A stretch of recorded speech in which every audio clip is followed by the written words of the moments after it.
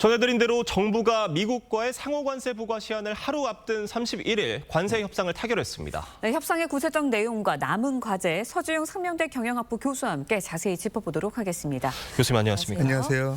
지금 결국 관세 협상이 극적으로 타결이 됐습니다. 상호 관세 15%로 낮추기로 했는데 이번 협상 결과에 대해서 선전했다라고 평가하시는 분들이 있는 반면에 좀 이리저리 끌려다닌 것 같다라고 평가하시는 분들도 계시더라고요. 교수님은 어떻게 보세요?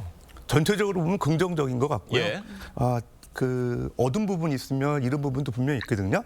첫 번째는 이제 15%라는 게 일본하고 EU의 상호 관세 부과율과 같은 그런 부과율이라는 측면에서는 예. 선전했다는 얘기가 준 것 같고요.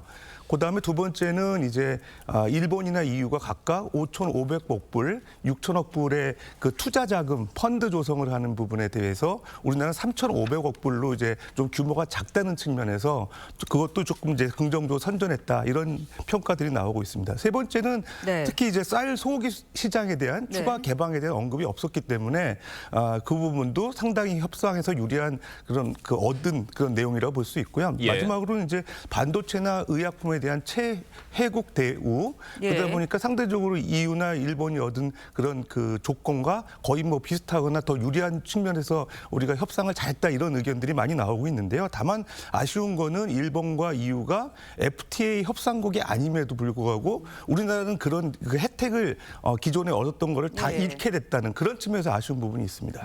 대기업 총수들은 이제 협상 물밑 지원이 관세 협상 타결에 중요한 역할을 했다 이런 평가들이 나오고 있습니다. 뭐 정유성 현대 자동차 회장부터 뭐 삼성전자 이재용 회장까지 많은 재계 총수들이 미국으로 가서 물밑 협상을 굉장히 많이 했거든요. 이 부분이 일본이나 유럽에서는 볼 수 없었던 부분인 것 같아요. 그렇습니다. 우리나라 이제 재벌 총수들이 적극적으로 그 정부의 어떤 그 협상에 도움을 준 거죠. 특히 우리나라의 김동관 한화 부회장 같은 경우는 작년에 이제 하나오션에서 미국의 필라델피아 필리조선소를 인수를 했거든요.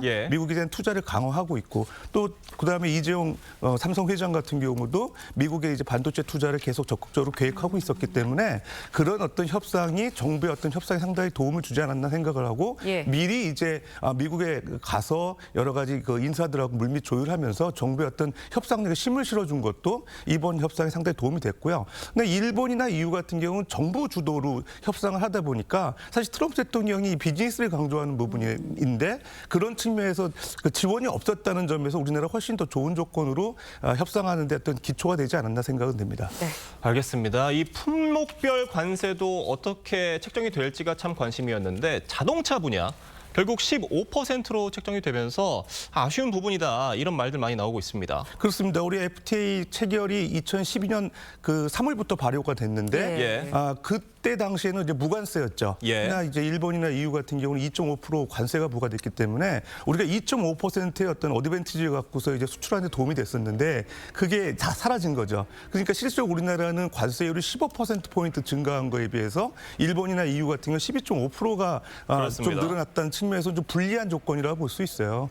그런 부분이 좀 아쉽고 정부에서도 좀 낮췄으면 좋겠다 얘기는 했는데 이미 이제 일본하고 EU가 협상을 했기 때문에 그런 어떤 그 형평성 측면에서 더 낮추기는 어려웠다고 얘기를 하고 있습니다. 그래서 향후에 우리나라 그 수출하는 그 자동차에 대한 품질 개선이라든가 브랜드 인지도 제고 또 미국에서의 어떤 생산 시설을 확대하면서 조금 더 어떤 그 미국 시장에 접근하는 노력이 필요하지 않을까 생각됩니다. 그러니까 그 FTA 체결을 통해서 우리나라 자동차가 다른 일본산 자동차에 비해서 가성비가 좋다, 가격이 괜찮다 이런 평가를 받고 있었는데 그런 어드밴티지를 더 이상 얻기가 좀 어려워진 거 아니냐. 그리고 이번 체결에서 이런 한미 FTA를 체결한 어떤 그런 대우를 좀 받지 못한 게 아니냐, 사문화된 게 아니냐 이런 평가들도 나오고 있는데 이건 어떻게 보십니까? 전 그런 부분이 아쉽습니다. 사실은 그 우리나라가 2006년도에 이제 협상을 시작해서 2007년 4월에 이제 타결이 됐고 12년 3월에 이제 시행이 되면서 자동차 부분은 전략적 수출품이라고 해서 우리가 관세 혜택을 많이 받았거든요. 관세를 안 냈잖아요. 그러다 보니까 이제 현대차라든지 기아차가 많이 수출이 됐고 일본 차하고 사실 경쟁력에서 우위를 확보할 수 있었는 계기가 됐는데 그런 것들이 동등한 상황이 됐다는 게 상당히 아쉽고 그러면은 이제 미국 같은 경우는 FTA 지위가 유지되면서 계속 우리나라에 수출하는 품목에 대해서 무관세 0%를 보장받고 있는데 우리는 이제 그게 아니잖아요. 근데 사실 이제 한미 FTA 협정문 23조 2항에 보게 되면 자국 내 어떤 안보에 문제가 생겼을 때 그거를 적용 안 한다는 룰이 있는데 그거를 사실은 어떤 천재지변이 있는 것도 아닌데도 여기에 이제 협상 테이블에 이제 반영을 해가지고 그거를 이제 일률적으로 이제 적용했다는 건 좀 아쉬운 부분이 될 것 같습니다. 네, 앞서서도 조선업 분야에 대한 협력에 대해서 짚어주셨는데 이번 관세 협상 타결에 지렛대 역할을 한 것 바로 미국과의 조선업 협력 프로젝트 마스가라는 평가가 나오고 있습니다.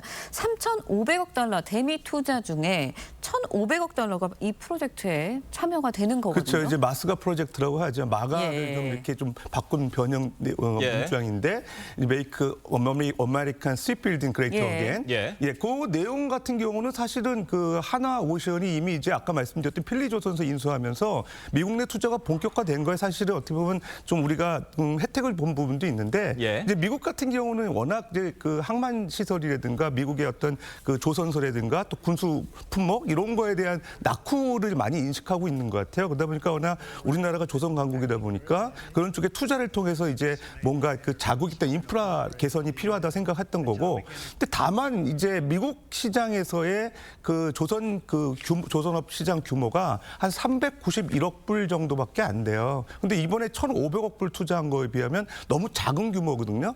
근데 거기서 투자해가지고 과연 나오는 수익이 얼마나 될 건지 그게 일단 의문이고 두 번째는 지금 이제 미국에서는 뭐라 그러냐면은 그 투자 수익금에 대한 90%가 미국이 이제 갖게 된다, 뭐 리테인한다 이렇게 돼 있거든요. 근데 이제 우리나라에서는 그걸 해석을 그 투자금에 대한 부분이 미국 내 재유보가 되는 게 90%고 그 리테인이라는 단어를 두고 지금 해석 차이가 있는 것 그게 같아요. 이제 사실은 애매한 부분이거든요. 미국하고 우리나라의 어떤 발표의 내용들이 다르기 때문에 향후 논쟁 가능성이 분명히 있어 보입니다. 그 말씀해주신 그 2천억 달러 부분입니다. 이 대미 투자 펀드를 구성해서 뭐 어느 분야에 투자를 할 건지 그 수익을 어떻게 가져갈 건지 이 부분에 대한 차이가 있는 건데 앞으로 어떻게 해나가야 될 것으로 보십니까? 2천억도 사실은 그 한미 투자 그 펀드인데 일단은 이제 미국의 에너지와 그다음에 이제 반도체에 어떤 투자하는 그런 펀드예요. 우리나라에서는 그거를 이제 주로 국책은행들이 한 2% 내에서 현물 출자하고 지급 보증이나 그다음에 투자 뭐 이런 대출 통해 가지고 조성을 하겠다 얘기를 하고 실질적으로는 민간 부분에서 투자를 하기 때문에 정부 지출은 별로 없을 거라 생각은 하는데 이 부분이 사실은 미국에서는 뭐라고 얘기하냐면 자국의 어떤 그 대통령이 결정한다. 투자에 대한 부분을 대통령이 결정한다. 이렇게 발표를 하고 있거든요. 그러니까 실제적으로 우리나라 같은 경우 우리가 유리한 예를 들어서 뭐 에너지 부분이라든가 바이오, 2차 전지 이런 쪽에 전략적으로 투자해서 수출하는 데 사실 도움을 받을 거라 이런 생각을 하고 있는데 미국에서는 또 그렇지 않거든요. 이런 부분도 다 논란이 있어 보입니다. 네, 저희가 세부적인 내용들을 좀 짚어보고 있는데 또 이제 논란이 됐던 것들이 농축산물 개방에 대한 우려였거든요. 일단은 이 입장에서는 우리는 소고기와 쌀을 지켰다고 하지만 미국에서는 전면 개방을 했다 이런 이야기를 하고 있어요. 민감한 품목이 이제 쌀, 소고기 문제잖아요. 과거에 여러 어려움도 겪었고, 근데 이제 그 협상 직후에 트럼프 대통령이 이제 자동차, 트럭, 그다음에 이제 농수산물에 대한 완전 개방이 이루어졌다 이렇게 발표했거든요. 그러니까 우리나라에서는 그 협상 논의조차 이루어지지 않은 품목에 대해서 대통령이 직접 그 언급한 것에 상당히 당황스러운 면도 없지 않아 있을 것 같아요. 근데 어쨌든 확실한 거는 실무적인 조율은 없었고 협상에서도 구체적인 언급은 없었던 것 같아요. 그럼에도 불구하고 이제 양국의 정치적 이해관계가 갈리는 것 같습니다. 우리나라는 실질적으로 우리나라 농가에 대한 여러 가지 불안 문제를 해소하기 위해서 이제 발언을 하는 것 같고 또 미국은 여러 가지 그 대규모 어떤 농가에 대한 어떤 그 이익을 정부가 대변하고 있다는 대한 이제 얘기를 그런 쪽에 강조하고 있습니다. 싶은 정치적 발언이 아닌가 생각됩니다. 알겠습니다. 협상의 의미와 남은 과제에 대해서 서지용 교수님과 자세히 얘기 나눴습니다. 오늘 말씀 감사합니다. 고맙습니다. 감사합니다.